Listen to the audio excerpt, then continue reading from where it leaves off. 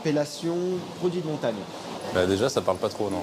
J'en ai jamais entendu parler, mais comme ça, je me dis qu'il y a des produits qui ont été faits à la montagne. Ben, c'est des produits spécifiques du terroir, je pense, et qui sont reconnus par des associations. Que ce soit peut-être dans certains alpages, qu'il y a une certaine peut-être altitude, peut-être qu'il y a certaines prairies.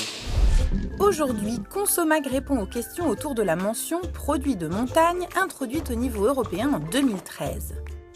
Quels sont tout d'abord les engagements pris par les producteurs qui utilisent cette mention?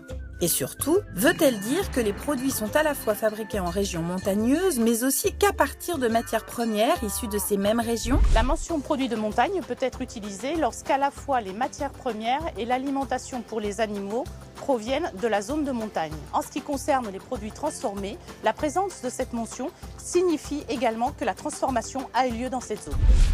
Sachez que vous trouverez cette mention sur des fromages, du miel, des confitures ou encore de la charcuterie.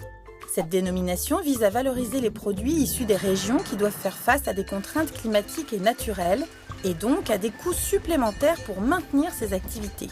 Cette mention est européenne, ce qui veut dire que les zones de montagne dont on parle peuvent être en France, en Espagne, Italie ou encore Slovaquie. Enfin, sachez que des dérogations à cette forte contrainte de localisation sont possibles. Certains ingrédients, comme le sucre et les épices, peuvent provenir de l'extérieur de la zone de montagne, pour autant qu'ils ne représentent pas plus de 50% en poids total des ingrédients. Certaines opérations de transformation également peuvent avoir lieu en dehors de cette zone, comme l'abattage par exemple. Néanmoins, dans ce cas, elles devront se situer à moins de 30 km de la zone.